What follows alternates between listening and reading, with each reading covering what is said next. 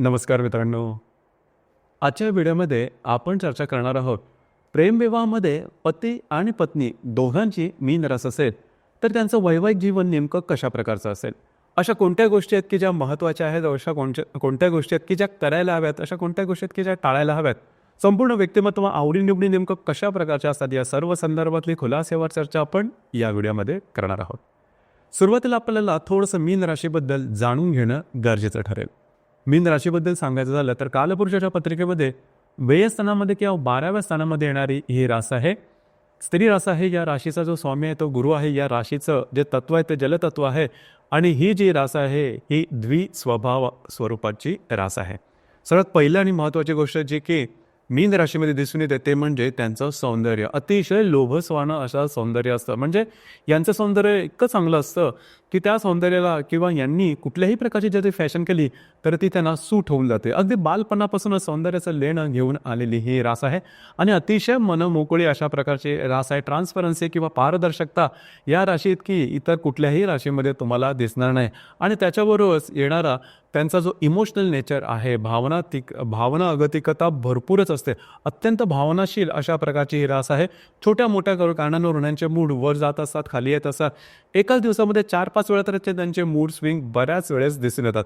त्यामुळे आणि अगदी छोट्या छोट्या गोष्टीमुळे मूड जातो, अगदी छोट्या गोष्टींमुळे मूड येतो सुद्धा. म्हणजे यांचा मूड जरी तुम्हाला बनवायचा असेल तरी फार काय गोष्टींची खूप या महागड्या गोष्टींची गरज नाही. छोट्या छोट्या गोष्टीसुद्धा यांचा जो मूड आहे तो सांभाळत होता. परंतु सगळ्यात महत्त्वाचं म्हणजे भावनांच्या हिंदोळ्यावरती राहणारी ही रास आहे. त्याच्यामुळे बऱ्याच वेळा या राशीची सुखदुःख ही अगदी छोटी छोटी असतात. परंतु अति विचार करणं, खूप विचार करणं हा भाग यांच्यामध्ये थोडा जास्त दिसून येतो. तसं पाहिलं तर जीवनाकडे बघण्याचा दृष्टिकोन मगाशी सांगितल्याप्रमाणे अतिशय चांगला असो. भूतदया यांच्याकडे खूप चांगली असते. म्हणजे ही जी रास आहे ही दुसऱ्याचं दुःख पाहू शकणार नाही. दुसऱ्यांच्या अश्रूने स्वतःच्या डोळ्यांमध्ये अश्रू आणणारी ही रास आहे. म्हणजे यांना दुःख दिसतच नाही तर जाणवतात. तो हा जो भाग आहे हा भाग यांच्यामध्ये जास्त प्रमाणात दिसून तो 6 सेन्स ज्याला आपण म्हणतो तो भाग यांच्यामध्ये खूप जास्त असतो. म्हणजे एखाद्या व्यक्तीकडे बघूनच तो व्यक्तीकडून येणार ज्या वाईब आपण बऱ्याच वेळा म्हणतो त्या वाईब अनुभवण्याची शक्ती या राशीमध्ये खूप चांगली असते. म्हणजे एखादा व्यक्ती बरा आहे, चांगला आहे, वाईट आहे किंवा कशा प्रकारचा आहे तो यांना फक्त त्याच्याकडे बघून सांगता येतं. तर अशा प्रकारची जी भावनांची जी अतिशय उच्चतम पातळी आहे ती या राशीमध्ये जास्त प्रमाणात दिसून येतं.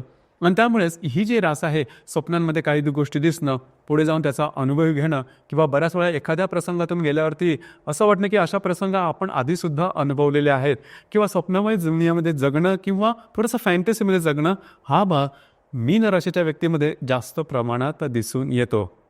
स्वधर्मावरती प्रेम करणारे असतात किंवा थोडेसे धार्मिक किंवा आध्यात्मिक जो भाव असतो तो यांच्यामध्ये थोडासा जास्त प्रमाणात दिसून येतो, जो की चांगली गोष्ट आहे.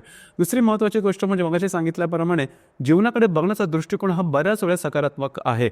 यांच्याकडं ह्या ज्या व्यक्ती असतात ना दुसऱ्याचं दुःख सहसा बघवत नाही. म्हणजे दुसरे जर का दुःखी झाले तर त्याला मदत करायला जातील आणि आपल्याकडचं जे आहे ते त्याला देऊन मदत करतील. बऱ्याच वेळा असं सुद्धा दिसून येतं की समोरच्या व्यक्तींनी यांच्याकडून मदत घेतली आणि यांना नंतर जाऊन चीट केलं, फसवलं, तरीसुद्धा परत जाऊन त्याला मदत करण्याची जी गोष्ट ती फक्त आणि फक्त या राशीमध्ये दिसून येतं. म्हणजे एखाद्या व्यक्तीबद्दलचा आपपरभाव किंवा एखाद्या व्यक्तीबद्दलच्या ज्या वाईट भावना आहेत या वाईट भावना या जी रास आहे ती कधीच घेऊन चालत नाही. ही गोष्ट थोडी महत्त्वाची आहे, अतिशय चांगली आहे. दुसरी महत्त्वाची गोष्ट म्हणजे ह्या ज्या व्यक्ती आहेत त्याचा थोडंसं धार्मिक आणि पारमार्थिक जी ओढ असते ती त्यांच्यामध्ये थोडीशी जास्त दिसून येते. आणि ज्याला आपण म्हणतो की ज्या काही गोष्टी असतील त्या देवाकडे आहेत किंवा ज्या काही गोष्टी देव जसा करेल त्याप्रमाणे गोष्टी होत जाईल. तर हा जो भाव असतो अधिदैविक हा सुद्धा भाव मीन राशीमध्ये जास्त प्रमाणात दिसून येतो. थोडासा बोळ्या आणि भाबडी अशा प्रकारची ही रास आहे. दुसरी महत्त्वाची गोष्ट म्हणजे या राशीच्या ज्या व्यक्ती असतात ज्याप्रमाणे दुसऱ्याला ट्रीट करतात त्यांची वाणी सुद्धा खूप चांगली असते. त्यांचं बोलणं सुद्धा खूप चांगलं असतं. सात्विक भाव यांच्यामध्ये खूप जास्त प्रमाणात दिसून येतं. आता इथे एक गोष्ट असते की या ज्या व्यक्ती असतात त्या इतरांबरोबर खूप चांगल्या प्रमाणे वागतात. पण थोडीशी अपेक्षासुद्धा असते की समोरचा व्यक्तीसुद्धा आपल्यावर तसाच वागावा.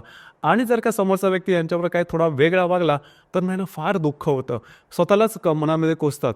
म्हणजे ह्या व्यक्ती अशा असतात की स्वतःच्या शब्दाने सुद्धा दुसरा दुखावला जाता कामा नये. त्याची सगळी जी छोटी म्हणजे याबद्दल थोडीशी सावधानता बाळगतात खरं, पण समोरचा व्यक्तीसारखा वेगळा वागला तर मात्र ह्या ज्या व्यक्ती असतात त्या बऱ्याच प्रमाणात दुःखी होतात आणि त्यामुळे त्यांना त्रासही होतो. मग रात्री रात्री झोप न लागणं, नैराश्य येणं, स्वतःलाच कोसणं हा जो भाग आहे हा भाग मीन राशीमध्ये खूप जास्त प्रमाणात दिसून येतो. थोडंसं डिपेंडेबिलिटी यांच्यामध्ये असते, दुसऱ्यावर थोडेसे अवलंबून राहतात आणि निर्णय क्षमता यांच्यामध्ये थोडीशी कमी असते.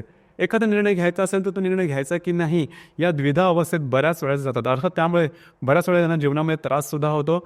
आणि आणि दुसरी महत्त्वाची गोष्ट म्हणजे डिसिप्लिनपणा थोडासा कमी असतो, त्यांना झोप जास्त प्रिय असते, थोडासा लेझिनेसपणा यांच्यामध्ये दिसून येतं. अर्थात या गोष्टीवर जर का काम केलं तर जीवनामध्ये खूप पुढे जाऊ शकतात. जीवनाकडून खूप मोठी अपेक्षा ही मीन राशीच्या व्यक्तींना सहसा नसते.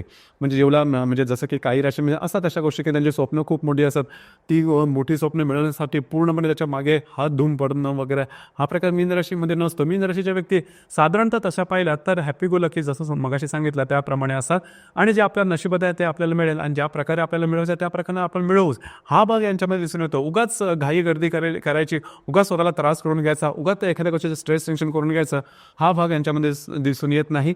माणुसकीचा जो भाव असतो तो भाव यांच्यामध्ये खूप चांगल्या प्रकारे दिसून येतो. मुळातच या राशीमध्ये तुम्हाला एकही राक्षसगणी नक्षत्र दिसणार नाही. त्यामुळे जिद्द, चिकाटी, महत्त्वाकांक्षा आणि कष्टकरीपणा वगैरे हा भाग जो आहे हा मीन राशीमध्ये त्यामुळे दिसून येत नाही. म्हणजे या राशीमध्ये एकूण 3 नक्षत्र येतात, पूर्व भाद्रपदा, उत्तर भाद्रपदा आणि रेवती. पूर्व भाद्रपदाचं एक चरण येतं, बाकीची 2 नक्षत्र आहेत उत्तर भाद्रपदा किंवा रेवती याचे 4ही चरण असतात.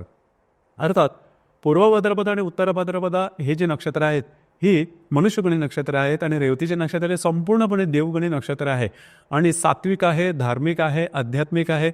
सगळे जे देवगणी नक्षत्राचे चांगले गुणधर्म आहेत ते रेवती नक्षत्रामध्ये अगदी बऱ्याच प्रमाणात दिसून येताना अत्यंत भावनाक्रिय अशा प्रकारचं हे नक्षत्र आहे. तर यामुळेच ही संपूर्ण जी रास आहे ही रास थोडीशी वेगळी आहे, इतरांपेक्षा आपलं जे ओळख आहे थोडीशी वेगळी जपणारी आहे.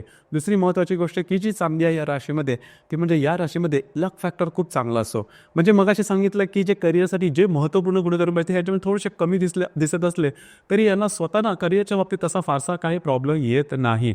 म्हणजेच हे गुण जरी कमी असले तरी लक फॅक्टर यांच्यामध्ये चांगला असल्या कारणामुळे या राशीच्या ज्या व्यक्तीच्या जीवनामध्ये साधारणतः व्यवस्थितपणे सेटल होताना दिसतात. आर्थिक संदर्भात तसे काय प्रॉब्लेम येत नाहीत किंवा कुठल्याही परिस्थितीमध्ये फसलं जाणं, अडकलं जाणं, त्या प्रकारचे त्रास होणं हा भाग मीन राशीमध्ये सहसा दिसून येत नाही.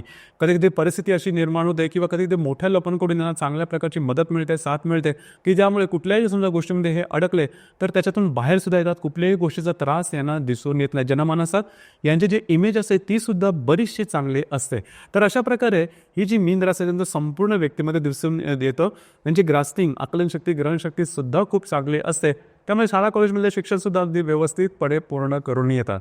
आता इथे जसं आपण चर्चा करतो आहोत की समजा दोघांचे म्हणजे प्रेमविवाहामध्ये दोघांचे समजा मीन रास असेल तर मग सगळा आनंदी आनंदच आहे. म्हणजे भावनांच्या हिंदोळ्यावरच पूर्ण यांचं वैवाहिक जीवन जातं आणि बऱ्याच प्रमाणात स्वप्नामध्ये दुनियेमध्ये रमणाऱ्या ह्या दोन्ही व्यक्ती तुम्हाला तशा पाहिल्या तर दिसून येतील.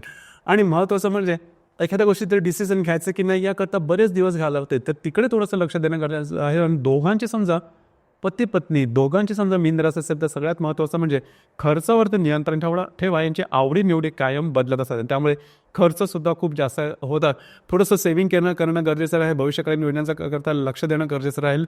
आणि दुसरी महत्त्वाची गोष्ट म्हणजे संतती सुखाकडे सुद्धा लक्ष देणं गरजेचं राहील. कारण ही जी मीन रास आहे या मीन राशीमध्ये थोडंसं कामजीवनाकडचं जे अट्रॅक्शन असतं ते हे थोडंसं कमी असतं. त्यामुळे जर का तुमचा प्रेमविवाह झालेला असेल तर पुढे जाऊन म्हणजे संततीकरता खूप विचार करणं किंवा वेळ करणं लावणं हा भाग अजिबात करू नका. तर ह्या ज्या 2 गोष्टी आहेत या 2 गोष्टीकडे जर का लक्ष दिलं तर तुमच्या वैवाहिक जीवनामध्ये फारसे प्रॉब्लेम येणार नाही. दुसरी सगळ्यात महत्त्वाची गोष्ट म्हणजे की जी मीन राशीमध्ये अत्यंत आवश्यक आहे ती म्हणजे ह्यांना मानसिक त्रास थोडे जास्त होतात. त्यामागचं कारणसुद्धा असं असतं की सर्वत्र जे मी सांगितलं की या ज्या व्यक्तीचं त्या समोरच्या व्यक्तीप्रती पूर्णपणे यांच्यामध्ये डेडिकेशन दिसून येतं. म्हणजे जसं ते अशा अपेक्षा करतात जसं की ते समोरच्या व्यक्तीचा सगळा मूड सांभाळून असतात, त्याचे पूर्ण केअर करतात, त्यांना नर्चर करतात. अपेक्षा यांची असे असते की समोरच्या व्यक्तीने सुद्धा यांच्याशी तसंच वागावं. आता पती पत्नीमध्ये दोघांपैकी एक जर का थोडासा वेगळा वागला किंवा यांच्याशी जास्त कम्युनिकेट केलं नाही किंवा काय मग ह्या व्यक्तींमध्ये एकटेपणाची भावना तयार होतं. लोनलीनेस ज्याला आपण म्हणतो एकटेपणा ही भावना तयार होत आहे. आणि ही समजा जर का भावना तयार झाली तर मग त्याच्यातून बाहेर पडणं कठीण होतं. या व्यक्ती स्वतःलाच कोसत राहतात, अंडर एस्टिमेट करतात. मग रात्री ती झोप न लागणं, नैराश्य येणं, विड्रॉल ऑफ इंटरेस्ट असा तयार होणं, तर अशा प्रकारच्या गोष्टी तयार होऊ शकतात. तर जोनी जर का मीन राशीच्या व्यक्ती असतील तर मगाशी जे काय गोष्टी सांगितल्या त्या लक्षात घेऊन तुम्हाला एकमेकांची काळजी घेणं गरजेचं राहील. आणि जर का तुम्ही तसं केलं तर तुमच्या म्हणजे पती पत्नीसारखं जोडपं शोधूनही सापडणार नाही. अशा प्रकारची ही रास आहे. या राशीमध्ये स्पेशालिटी खूप जास्त आहे. फक्त मानसिकता आहे किंवा भावना आहे, हे जर का तुम्ही सांभाळलं तर तुमचं वैवाहिक जीवन अतिशय उत्तम असेल. या व्यतिरिक्त जर का तुमच्या वैवाहिक जीवनामध्ये कुठल्याही प्रकारचे प्रॉब्लेम, कॉम्प्लिकेशन येत असतील, तर तुमची जी कुंडली आहे ती पाहणं थोडंसं गरजेचं ठरेल. कारण आतापर्यंत जी आपण चर्चा केली ती फक्त आणि फक्त चंद्र राशीवरून केली. प्रत्येक कुंडलीमध्ये चंद्र व्यतिरिक्त बाकी 11 ग्रह वेगवेगळ्या राशी, नक्षत्रामध्ये किंवा योगामध्ये असू शकतील. तर त्याचे जे प्रभाव परिणाम आहेत हे नेमके कशा प्रकारचे आहेत ते पाहून वैवाहिक जीवनाबद्दल जास्त सखोलपणे मार्गदर्शन करता येऊ शकेल.